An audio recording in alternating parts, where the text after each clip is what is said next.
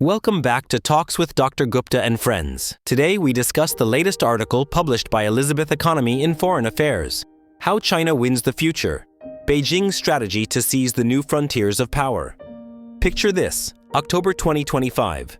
A cargo ship called the Istanbul Bridge sails from China to the UK, not via the Suez Canal, not through the Indian Ocean, but straight across the Arctic Ocean.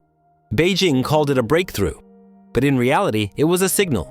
A visible clue to a much larger strategy unfolding across the globe. Because this wasn't an isolated stunt.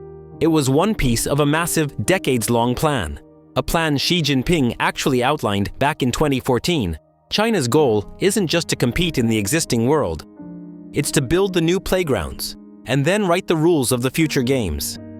According to the research behind this, China's grand strategy is organized around 5 strategic frontiers.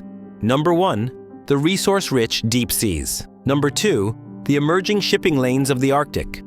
Number 3, outer space. Number 4, cyberspace. Number 5, the global financial system. These are the 5 arenas that will define geopolitical leverage in the 21st century. And across all 5, China uses a consistent 3-part playbook. Part 1 requires invest heavily in technology and infrastructure. Part 2 is influence global institutions, or build new ones. Part 3 is to play the long game, adapting tactics for decades. Let's walk through how this works. Xi Jinping has called the deep sea a national priority, a place of undiscovered treasures. Why? Because whoever controls the technology to access deep sea resources controls the resources themselves. And these aren't just any resources. Critical minerals for EVs, metals for satellites, materials for servers, batteries, and chips. China has already secured 5 seabed exploration contracts from the International Seabed Authority. The most of any country, a big head start, but not a free run. Nearly 40 countries want a moratorium on deep sea mining due to environmental concerns. This puts them in direct conflict with Beijing's push to accelerate extraction. China calls its vision for the north the Polar Silk Road. The goals: faster shipping routes, access to Arctic oil, gas, and minerals, influence in a region once dominated by the US and Russia. Space is where this competition becomes existential. China's roadmap aims to make it the world's leading space power by 2045. Some US officials even believe China could be the first to return humans to the moon. 2 competing futures are taking shape.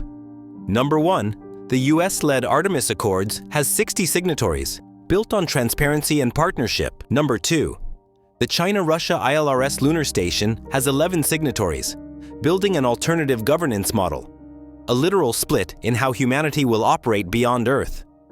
The Internet as we know it runs on TCP/IP, open, flexible, decentralized. China's alternative?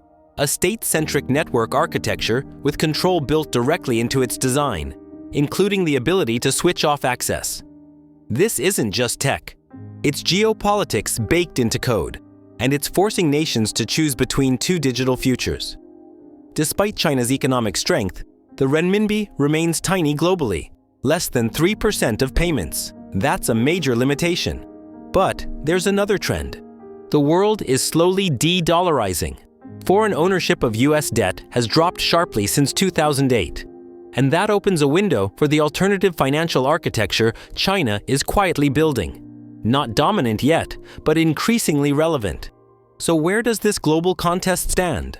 China's successes? Top seabed exploration player? Major space ambitions? Expanding Arctic footprint? China's setbacks? Pushback on deep sea mining? Resistance in the Arctic? Limited support for its internet model? Weak global adoption of its currency? And only partial buy-in for its space vision? The scoreboard is messy. Nothing is settled. This is not a story of China winning. It's a story of active competition. For the United States and the broader West, the analysis is clear. Do not step back. Compete. Invest in capabilities. Rebuild trust. Be a transparent, reliable partner. Because this struggle over the seas, the Arctic, space, cyberspace, and finance is ultimately a struggle over the kind of world we're all going to live in. Happy new thinking!